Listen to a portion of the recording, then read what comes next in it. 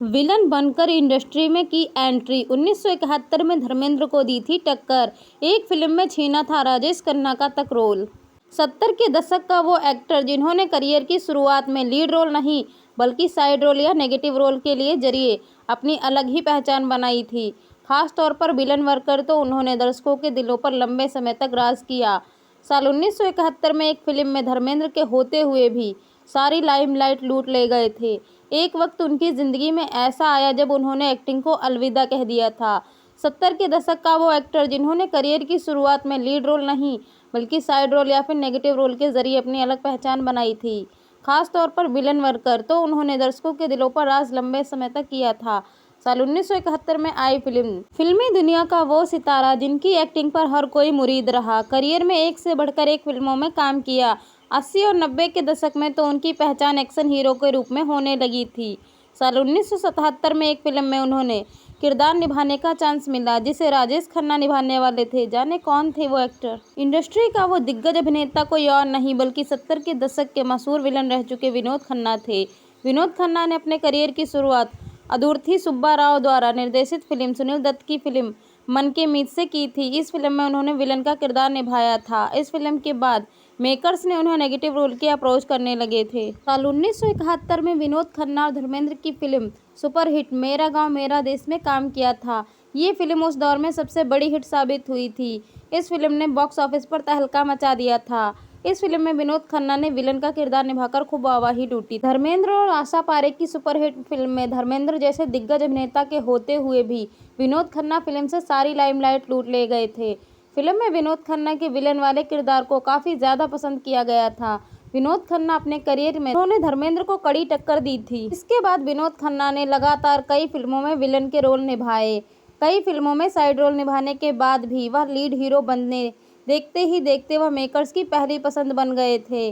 Villain के role से इतर एक समय पर वह एक्शन हीरो के रूप में सामने आने लगे। बतौर एक्शन हीरो उन्होंने कई बड़ी हिट फिल्में भी दी हैं। यूं तो विनोद खन्ना ने अपने दौर में कई हिट फिल्मों में काम किया, लेकिन साल 1977 में आई फिल्म शम्मी कपूर और अमिताभ बच्चन की फिल्म परवरिश से उनके करियर में कई नई दिशा मिली थी। इस फिल्म के बाद उनका करियर पूरी तरह से चमक उठा था। हालांकि इस फिल्म में अपने किरदार के लिए वह पहली पसंद नहीं थे। पहले ये रोल राजेश खन्ना को ऑफर किया गया था, बाद में विनोद खन्ना के हिस्से में ऑफर आ गया। विनोद खन्ना की इमेज उनके करियर में कई बार चेंज हुई। करियर की शुरुआत में जहां वे विलन बनकर उभरे थे, फिर साइड हीरो बनकर उभरे। एक वक्त के बाद उनकी गिनती एक्शन हीरो के तौर पर की जाने लगी। लेकिन साल 1989 में यश चोपड़ा की फिल्म चांदनी में रोमांटिक रोल निभाने के बाद रातों रात इनकी इमेज फिर से चेंज हो गई थी। इस फिल्म में वह रोमांटिक हीरो के तौर पर पहचाने जाने लगे थे। जब अमृता सिंह की वजह से आपस में भिड़ गए थे विनोद खन्ना और धर्मेंद्र। बॉलीवुड के हीमैन कहे जाने वाले धर्मेंद्र अपने दमदार डायलॉग और एक्शन के लिए अक्सर जाने जाते हैं। धर्म पाजी अपनी फिल्मों में कई ऐसे डायलॉग बोले हैं जो आज भी फैंस की जुबां पर रहते हैं। वह जितने शेडिंग हॉट और पर्दे पर नजर आते हैं, उनकी ही पर्सनैलिटी लाइफ इतनी ही अच्छी दिखाई देती है। बॉलीवुड के हीमैन कहे जाने वाले धर्मेंद्र अपने दम पर डायलॉग और एक्शन के लिए जाने जाते हैं। धर्म पाजी ने फिल्मों में कई ऐसे डायलॉग बोले हैं जो फैंस की जुबां पर चढ़कर बोलते हैं। वह जितने डैशिंग हॉट पर्दे पर नजर आते हैं, उनकी पर्सनल लाइफ भी कुछ ऐसी ही थी। एक दौर वो था जब धर्मेंद्र शाम होते ही बोतल खोलकर बैठ जाते थे। एक बार जब वह किसी को अपने साथ बैठने के लिए कह देते तो शायद ही कोई मना करने की हिम्मत जुटा पाता था। कई बार धर्मेंद्र नशे में दूसरों की बेइज्जती भी कर देते थे। उनके इस शौक का खामियाजा कई स्टार्स को भुगत चुके हैं। ऐसा ही एक हादसा विनोद खन्ना के बीच हुआ था। मेरा गांव मेरा देश बॉलीवुड की सुपरहिट मूवी रही। अपनी फिल्मी सफर वाले विनोद खन्ना के इस फिल्म के लीड एक्टर धर्मेंद्र थे। फिल्म के शूटिंग के दौरान इन दोनों के बीच काफ़ी गहरी दोस्ती हो गई थी। दोनों अक्सर साथ ही दिखाई देते थे। धर्मेंद्र ने विनोद खन्ना को उनके करियर को ऊपर लाने में काफ़ी सपोर्ट भी किया था। यही वजह थी कि विनोद खन्ना धर्मेंद्र को अपने बड़े भाई जैसा मानते थे। उनकी किसी भी बात को मना करने से पहले 1000 दफ़ा सोचा करते थे। हालांकि पर्दे पर लोग धर्मेंद्र से ज़्यादा विनोद खन्ना को, अमिताभ बच्चन को साथ देखना पसंद किया करते थे। लेकिन फिल्म मुकद्दर का सिकंदर के बाद विनोद खन्ना ने अमिताभ बच्चन के साथ काम करना बंद कर दिया था।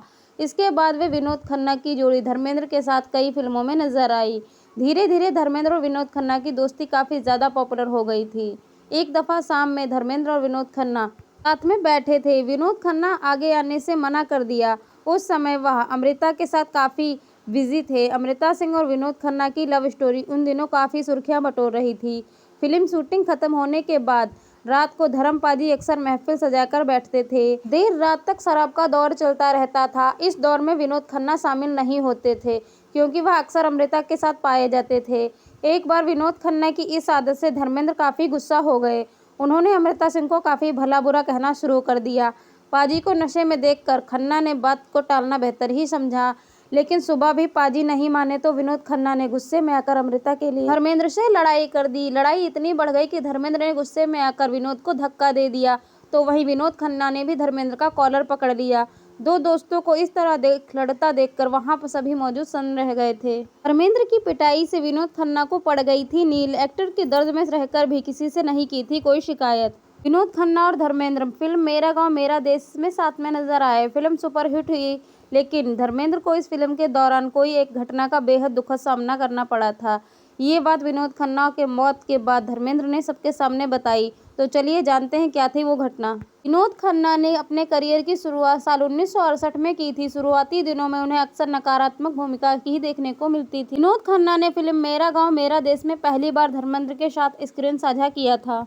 इस फिल्म के एक सीन के दौरान धर्मेंद्र को विनोद खन्ना को पीटना था। सीन शूट हो गया। जब शाम को धर्मेंद्र ने विनोद खन्ना से मिले तो उन्हें देखकर हैरान रह गए। धर्मेंद्र ने अपने एक इंटरव्यू में बताया था कि विनोद खन्ना की पीठ पर उनकी पिटाई से नील का निशान उभर आया था। यह देखकर धर्मेंद्र बेहद दुखी हुए और विनोद खन्ना से माफी भी मांगी थी। हालांकि विनोद खन्ना ने कहा एक सीन था, उन्हें अपना काम करना चाहिए था। विनोद खन्ना ने तुरंत ही बात टाल दी थी। आगे धर्मेंद्र ने बताया था कि विनोद खन्ना अपने काम के प्रति बहुत समर्पित रहने वाले एक्टर थे और उनके बेहद खास दोस्त भी थे। आज से ठीक 50 साल पहले आई फिल्म ने बदल दिए थे धर्मेंद्र और विनोद खन्ना की दोस्ती के मायने। सिनेमा के मशहूर एक्टर रहे विनोद खन्ना का नाम ग्लैमर की इंडस्ट्री में हमेशा अमर रहेगा। उन्होंने अपने ज़माने में कई बेहतरीन और हसीन फिल्मों की ओरों से लोग अलग अंदाज में अदायगी की है। विनोद खन्ना जितने मशहूर एक्टर थे उतने ही मशहूर उनके किस्से भी हुआ करते थे। उन्होंने कई फिल्मों में काम किया जिसमें से कुछ धर्मेंद्र के साथ भी थी। विनोद खन्ना के साथ धर्मेंद्र ने पर्दे पर दिखाई थी दुश्मनी। फिल्मी गलियारों में विनोद खन्ना और धर्मेंद्र की दोस्ती और फिर किच किच के बारे में काफ़ी किस्से मशहूर हुए थे। ऑन स्क्रीन पर की केमिस्ट्री जितनी भी अच्छी रहे, मगर पर्दे पर दोनों एक दूसरे के दुश्मन ही नजर आते थे। इन दोनों को सुपरस्टार, मेरा गांव मेरा देश और पत्थर और पायल में साथ काम किया था। दोनों ही मूवीज धर्मेंद्र और हीरो विनोद खन्ना के विलेन बने नजर आए थे। पत्थर और पायल के बाद हो गई थी गहरी दोस्ती। पत्थर और पायल फिल्म आज से 50 साल पहले यानी 1974 में रिलीज हुई थी।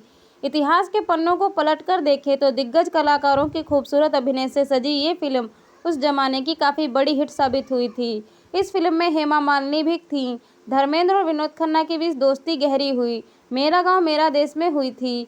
पत्थर और पायल के उनके प्रोफेशनली रिश्ते गहरे हो गए थे। हालांकि कुछ समय बाद विनोद खन्ना और धर्मेंद्र की दोस्ती में दरार आ गई थी। विनोद खन्ना और धर्मेंद्र के बीच दोस्ती इतनी अच्छी हो गई थी कि दोनों एक दूसरे की बात को कभी नहीं टालते थे।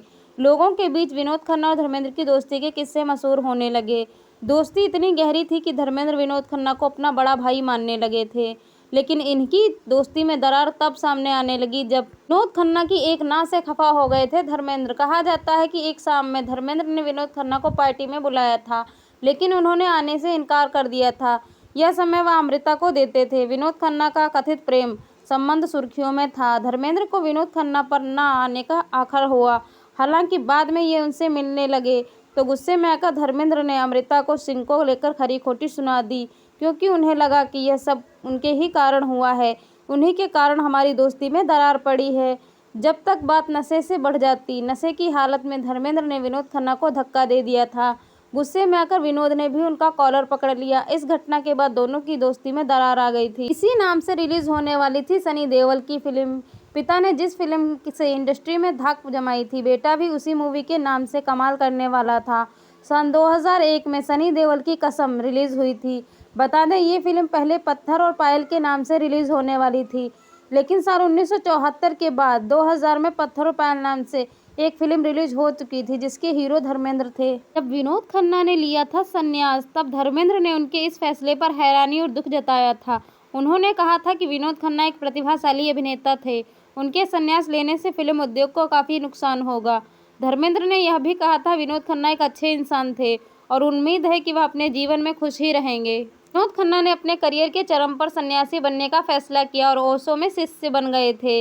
मां आनंदशीला ने सालों बाद उनको लेकर शॉकिंग खुलासा किया और आखिर क्यों वह स्टारडम छोड़कर सन्यासी बने थे। विनोद खन्ना बॉलीवुड का वो स्टार थे जिनके लिए एक दौर में कहा जाता था कि इंडस्ट्री को सितारा मिल गया है जो अमिताभ बच्चन को टक्कर दे सकता है, लेकिन कहते हैं कि अपनी जिंदगी में कभी कभी अचानक उस मोड़ पे आ जाती है कि सही गलत का फैसला आप नहीं कर पाते।